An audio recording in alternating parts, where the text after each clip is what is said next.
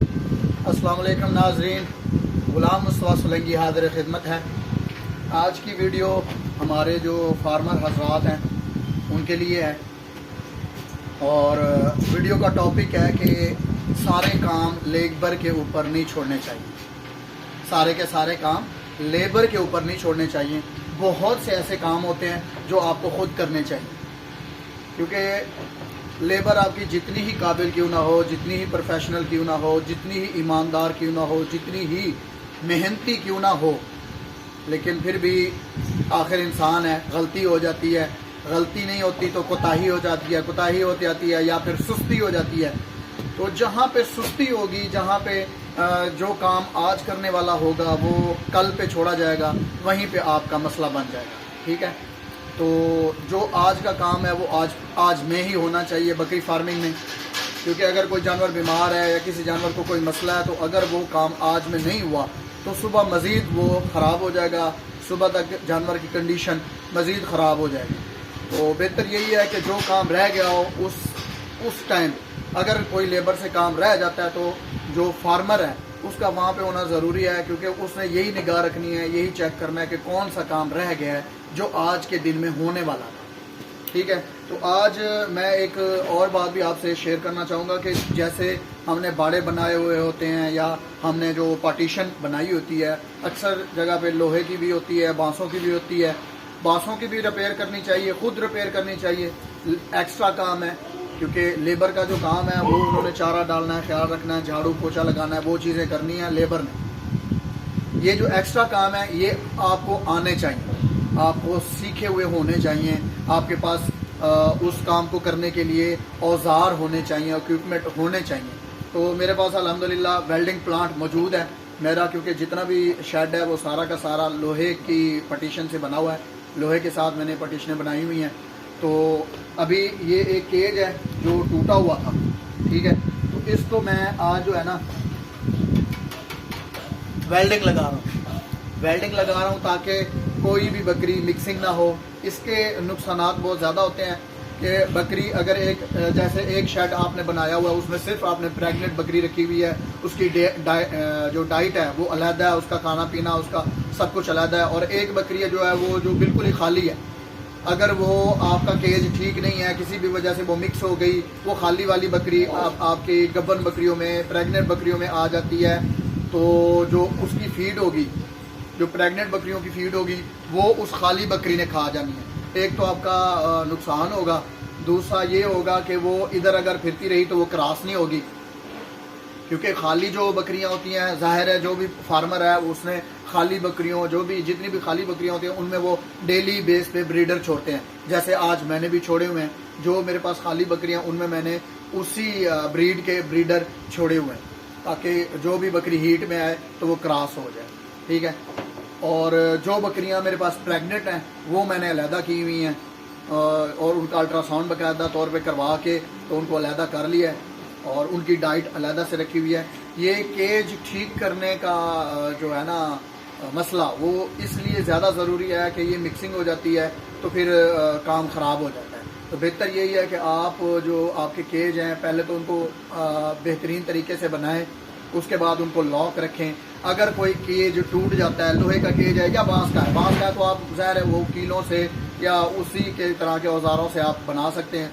लेकिन अगर आपका लोहे का शेड है और लोहे के आपने पार्टीशन की हुई है तो आपके पास वेल्डिंग प्लांट होना ज़रूरी है, जो कि अल्हम्दुलिल्लाह मेरे पास मौजूद है।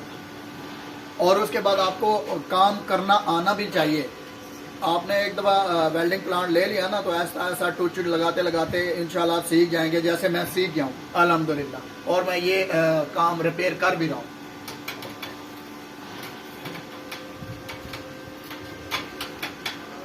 ये देखिए ना, ये पहले है तो मुझे भी प्रॉब्लम हो रही है। ठीक है, अब ये देखिए नहीं चल रहा है, इधर से कोई करंट का मसला, शायद करंट मैंने इसका नॉर्मल कर लिया है तो अभी इसको चलना चाहिए। अल्लाह दे वास्ते चल जा। हाँ, ये चल पड़ा जी।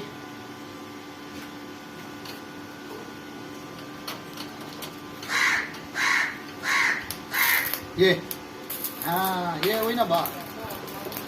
अब ये चल पड़ा है तो मैं इसको वेल्ड करने लगा।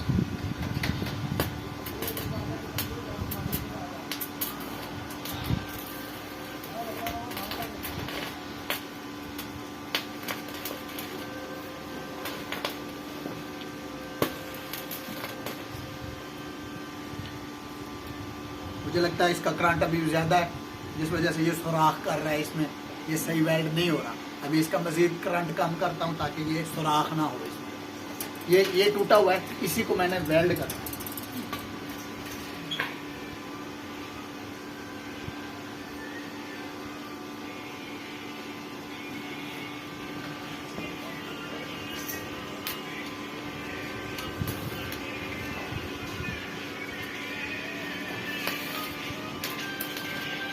नंबर लिखो।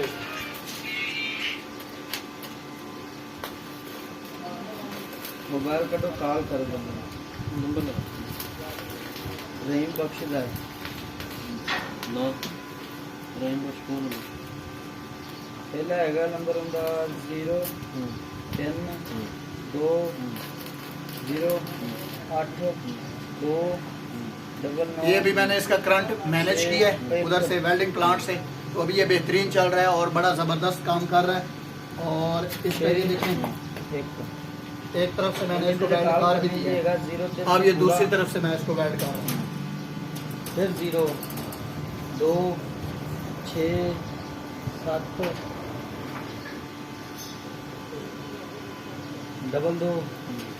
8 तो आना होने मैंने पाल कर तो बस चाहिए बनता है। रहीम बख्श वो भी याद है ना, दोनों जने आती हैं, दो बंदे आने जरूरत है, एक डॉक्टर हैं बुलावट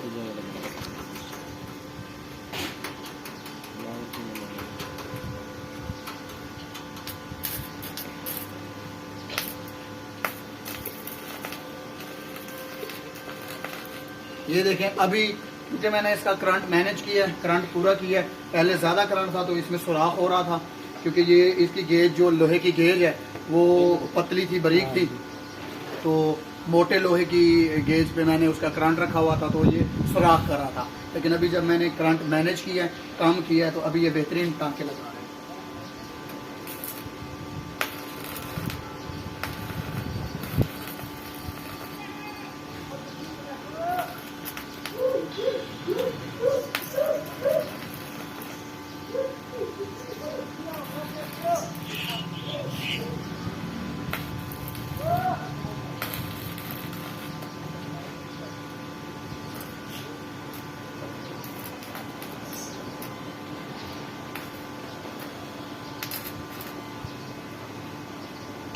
और यहाँ पे एक और बात जो लाजमी है वो मैं ज़रूर कहना चाहूँगा कि जब भी आपने वेल्डिंग करनी है, वेल्डिंग प्लांट आपके पास है, तो आपने ऐनक का इस्तेमाल ज़रूर करना है, ये ब्लैक ऐनक का। अगर ये आपने इस्तेमाल ना किया तो आपकी आंखें ख़राब हो जाएंगी पहली ही लाइट में। और ये ग्लव्स ये भी लाजमी इस्तेमाल करने आपने। ये देखें जैसे मैंने ये हाथ में पहना हुआ, ठीक है, उसके बाद आप वेल्डिंग कर सकते हैं जैसे मैं कर रहा हूँ। और इसमें बड़ा मज़ा आता है यार, आप एक दफ़ा करके देखें, बड़ा मज़ा आता है।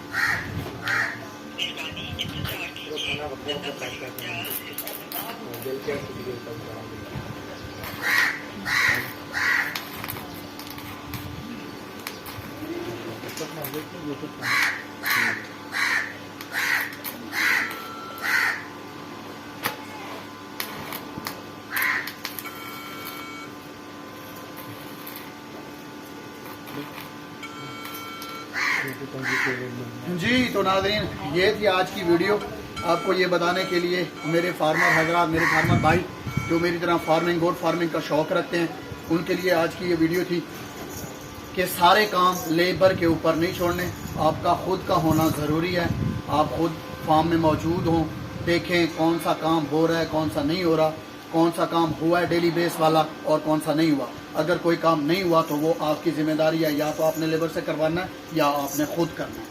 मिलते हैं नेक्स्ट अच्छी सी वीडियो में, तब तक गुलाम मुस्तफा सोलंकी को दे इजाज़त। अल्लाह हाफ़िज़।